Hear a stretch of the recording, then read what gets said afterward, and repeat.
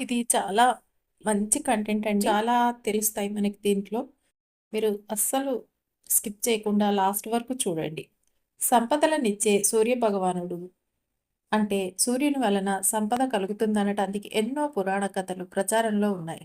అరణ్యవాస సమయంలో తమ వెంట వచ్చిన పౌరులకు, మునులకు ఆహారం కల్పించడం ఎలాగో తెలియక ధర్మరాజు సూర్యుడిని ప్రార్థిస్తాడు. అప్పుడు సూర్యుడు ప్రసన్నుడై ఆయనకి ఒక అక్షయ పాత్రని ప్రసాదిస్తాడు. ఆ అక్షయ పాత్ర అక్షయంగా ఆహార పదార్థాలను అందిస్తుంది. అలాగే సత్రజిత్ అనే రాజు సూర్యుణ్ణి ప్రార్థించి శమంతక మణిని పొందుతాడు. ఆ మణి రోజు పుష్కలంగా బంగారాన్ని ప్రసాదిస్తుంది ఆ రాజుకి. సూర్యుని దగ్గరే ఆంజనేయుడు వేదశాస్త్రాలను అభ్యసిస్తాడు. బుద్ధిని ప్రేరేపించేవాడు సూర్యదేవుడేనని చెప్తుంది గాయత్రి మంత్రం. ఇహానికి పరానికి కావలసినవన్నీ మనకు సూర్యుడి నుంచే అందుతున్నాయి. మన కర్మలను మనసు నియంత్రిస్తే ఆ మనసును నియంత్రించేవాడు చంద్రుడు. చంద్రునికి ప్రకాశాన్ని అందించేవాడు సూర్యుడు. ఆధ్యాత్మిక సాధనలో ప్రధాన సాధనం మనసే. సూర్యుడి నుంచి అందుతున్నాయి. మన కర్మలను మనసు నియంత్రిస్తే ఆ మనసును నియంత్రించేవాడు చంద్రుడు. చంద్రుడికి ప్రకాశాన్ని అందించేవాడు సూర్యుడు. ఆధ్యాత్మిక సాధనలో ప్రధాన సాధనం మనసే. అంతటికి అన్నిటికీ కారకుడైన సూర్యుడిని ఆరాధించి ఎందరో ఋషులు, యోగులు అద్భుత ఫలితాలను పొందారు. మీరు వీడియోని లైక్ చేయటం అస్సలు మర్చిపోకండి. సూర్యయోగం పేరుతో ఆధ్యాత్మిక ప్రక్రియను ఒకదాన్ని రూపకల్పన చేసి అందించారు పెద్దలు. సూర్య నమస్కారాలు, ఆసనాల వల్ల సూర్యశక్తిని నేరుగా స్వీకరించినప్పుడు ఆ సూర్యశక్తి మనలోని శక్తులకు అనూహ్యమైన పరివర్తనను కలిగిస్తుంది. అంతేకాదు శరీర, ప్రాణ, మనసులను మూడిటిని విశ్వచైతన్యంలోకి ప్రవేశపెడుతుందన్నమాట. మనలో అంతర్గతంగా ఉన్న శక్తి కేంద్రాలు తెరుచుకున్నప్పుడు శరీరం నిలుపుకోవటానికి బాహ్యమైన ఆహార పదార్థాల అవసరం తగ్గుతుంది. అంటే భోగ శరీరం యోగ శరీరంగా మారిపోతుంది. అప్పుడు అపారమైన శాంతి, సమస్థితి కలుగుతాయి. మీరు మా ఛానల్కి ఫస్ట్ సారి వచ్చినట్టయితే సబ్స్క్రైబ్ చేసుకోండి. ఇంతకుముందు కూడా వచ్చి సబ్స్క్రైబ్ చేసుకోకపోతే కనుక సబ్స్క్రైబ్ చేసుకోండి. తప్పకుండా ఉన్న బెల్ ఐకాన్ని ప్రెస్ చేయండి మరిన్ని ఇలాంటి వీడియోస్ కోసం. అంతేకాదండి, ఈ వీడియో లాస్ట్ వరకు చూడండి. మంచి కంటెంట్ అండి. చాలా యూస్ఫుల్ ఇన్ఫర్మేషన్ ఉన్నది ఇందులో. సమతా స్థితిని కలుగుతాయి. సూర్యకిరణాలు 7 రంగుల్లో ఉంటాయని మనకి తెలుసు. ఈ రంగుల ఆధారంగా ఒక చికిత్సా పద్ధతిని ప్రవేశపెట్టారు. నారింజ రంగు వేడిని కలిగించి శైత్య సంబంధమైన రుగ్మతలను నివారిస్తుంది. జీర్ణ ప్రక్రియను బాగు చేస్తుంది. శీతల స్వభావం కలిగి ఆకుపచ్చ రంగు కండపుష్టిని కలిగించి మెదడును పటిష్టపరుస్తుంది. మీరు ఈ వీడియోని మీకు తెలిసిన వారికి కూడా షేర్ చేయటం అస్సలు మర్చిపోకండి. కీళ్ళ నొప్పుల వంటి రుగ్మతలను పోగొడుతుందట ఈ ఆకుపచ్చ రంగు అన్నమాట. నీలి రంగును కూడా శీతల స్వభావాన్ని కలిగి ఉండి పిత్తదోషం వల్ల కలిగే దోషాలను, రోగాలను నివారిస్తుంది. అంతేకాదు ఈ 3 రంగులను ప్రధాన వర్ణాలుగా స్వీకరించి మిగిలిన రంగుల సమ్మేళనంతో 3 వర్గాలుగా విభజించి చికిత్సకు ఉపయోగిస్తారట. ఈ సూర్య నమస్కారాలు మొదలైనవి వాటి వల్ల సూర్యకిరణాలు ఆలోచన ప్రక్రియను వృద్ధి చేసి తగు విధంగా నియంత్రిస్తూ ఉంటాయని చెప్తున్నారు. ఆ విధంగానే సాధారణంగా మానవ చైతన్యంతో నియంత్రణకు లొంగని మనసు సౌర వ్యవస్థ నుంచి వచ్చే ప్రోటాన్ల సహాయంతో తేలిగ్గా నియంత్రితమవుతుంది. సూర్యశక్తి ప్రాప్తిరస్తు. ఇది మనందరికీ ఎంతో యూజ్ అయ్యే కంటెంట్. ఇది తప్పకుండా చూడండి లాస్ట్ వరకు. సూర్యశక్తి ప్రాప్తిరస్తు. సూర్యుడిని ప్రత్యక్ష దైవంగా కొలుస్తారు. ఉదయం నుంచి సాయంత్రం వరకు మనం ఆయన నీడలోనే గడుపుతాం. కాల గమనానికైనా, ఆహార చట్రానికైనా, ఆరోగ్య చక్రానికైనా ఆయనే ఆధారం మనకు. మన ప్రాచీన ఆయుర్వేదం దీన్ని ఎన్నడో గుర్తించింది. ఆధునిక వైద్య రంగం కూడా నిద్ర, మేలుకొవలు, హుషారు, ఉత్సాహం వంటివన్నీ బాణుడి వెలుగుతోనే ముడిపడి ఉంటున్నాయని అధ్యయన పూర్వకంగా పేర్కొంటుంది. ఆయన గొప్పతనాన్ని మరోసారి మనం ఈ వీడియోలో తలుచుకుందాం. ఆయన అందించే ఆరోగ్యం గురించి మనం మరోసారి ఈ వీడియోలో తెలుసుకుందాం. మీరు వీడియోని లైక్ చేయటం అస్సలు మర్చిపోకండి. ఎక్కడ స్కిప్ చేయకుండా చూడండి. మంచి కంటెంట్ అండి ఇది. ఆయన అందించే ఆరోగ్యం గురించి మరోసారి తెలుసుకుందాం. సంక్రాంతి పర్వదినం సందర్భంగా సూర్యశక్తి ప్రాప్తిరస్తు అని మనకు మనమే దీవించుకుందాం. ఓజస్సు బలంగా ఉంటే ధాతువు బలంగా ఉంటాయి. ధాతువులు బలంగా ఉంటే వ్యాధి ధాతువులు కూడా బలంగా ఉంటాయి. మీరు మా ఛానల్‌కి ఫస్ట్ సారి వచ్చినట్టయితే తప్పకుండా సబ్స్క్రైబ్ చేసుకోండి. పక్కనే ఉన్న బెల్ ఐకాన్‌ని ప్రెస్ చేయండి. మరిన్ని ఇలాంటి వీడియోల కోసం. అలాగే మీకు తెలిసిన వారికి కూడా షేర్ చేయటం అస్సలు మర్చిపోవద్దు. ధాతువులు బలంగా ఉంటే వ్యాధి క్షమత్వం స్థిరంగా ఉంటుంది. వ్యాధులు దరిచేరవని వచ్చినా అంతగా బాధించవు. మన శరీరంలో ఓజస్సు 2 రకాలుగా కనిపిస్తుంది. ఒకటి పరా ఓజస్సు, 2 అపర ఓజస్సు. పరా ఓజస్సు ఉత్కృష్టమైంది. ఇది మన హృదయంలో 8 చుక్కల పరిమాణంలో ఉంటుందట. ఇది ఏ మాత్రం తగ్గినా శరీరం చతికిల పడుతుందని చెప్తున్నారు. అపర ఓజస్సేమో 7గా విడిపోయి ధాతువులతో కలిసి శరీరం అంతటా వ్యాపిస్తుంది. ఇది సగం దోసెడు అర్ధాంజలి ప్రమాణంలో ఉంటుందట.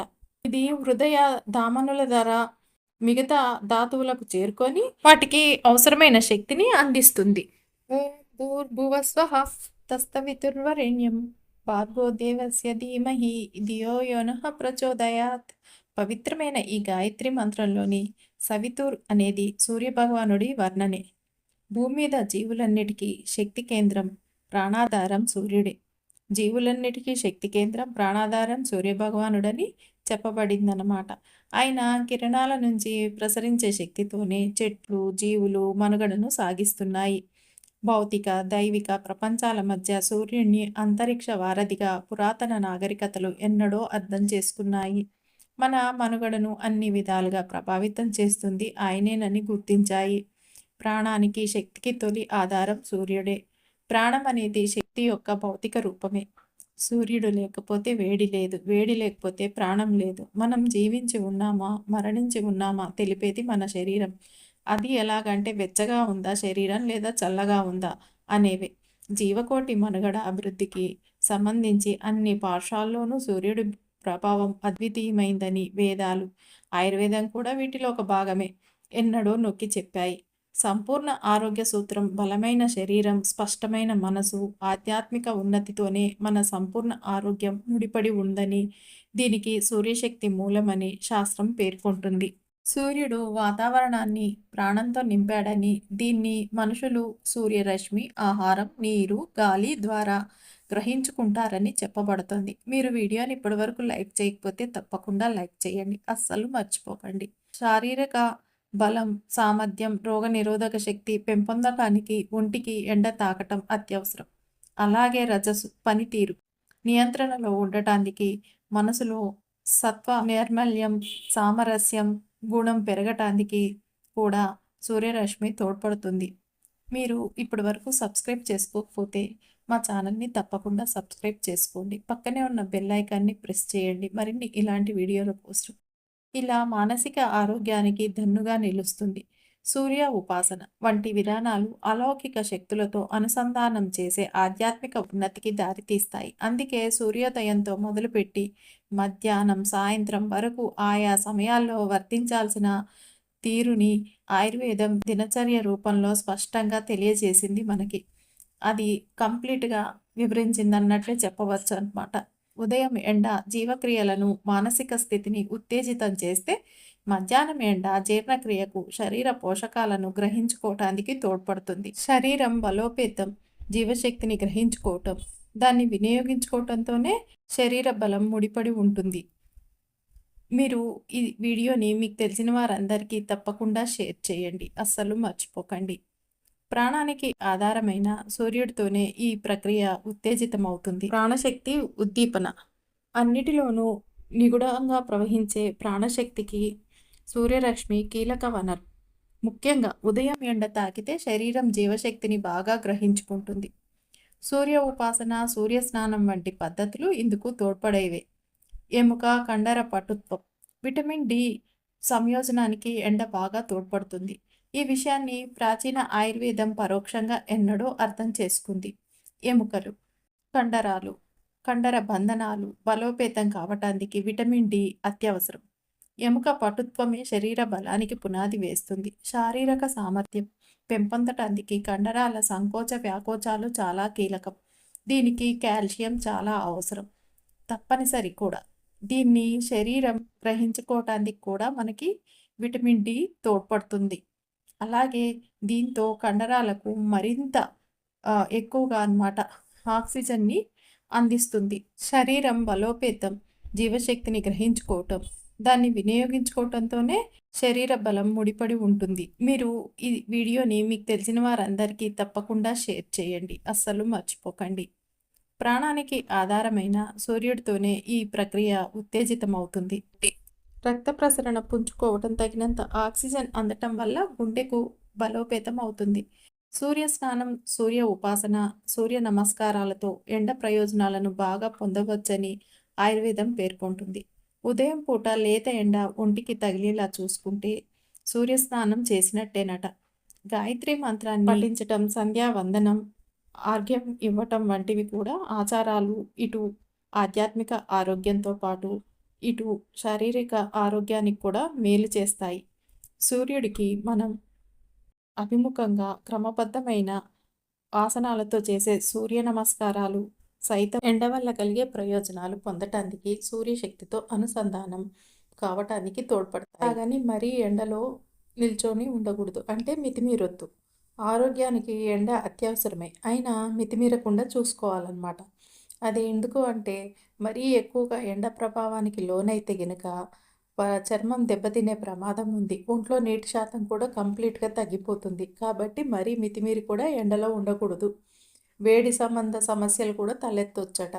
కాబట్టి బాగా తీక్షణంగా ఉండే ఎండలో మధ్యాహ్నం పూట అస్సలు ఎక్కువసేపు తగలకుండా మన ఒంటిని చూసుకోవాలి.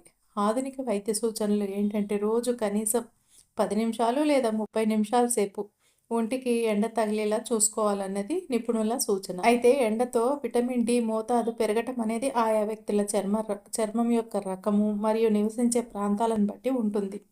ఉదయం పూట అతి నీలోహిత కిరణాలు అంత తీవ్రంగా ఉండవు. కాబట్టి మనం ఉదయం పూట ఎండ దుష్ప్రభావాలు ఉండవు కాబట్టి మంచిగా ఉదయం పూటనే ఎండలో ఉదయపు ఎండ ఒంటికి తగిలేలాగా చూసుకోవటానికి బాగుంటుంది. ఈ సమయం అనుకూలంగా ఉంటుంది అని చెప్పి అంటున్నారు వైద్యులు.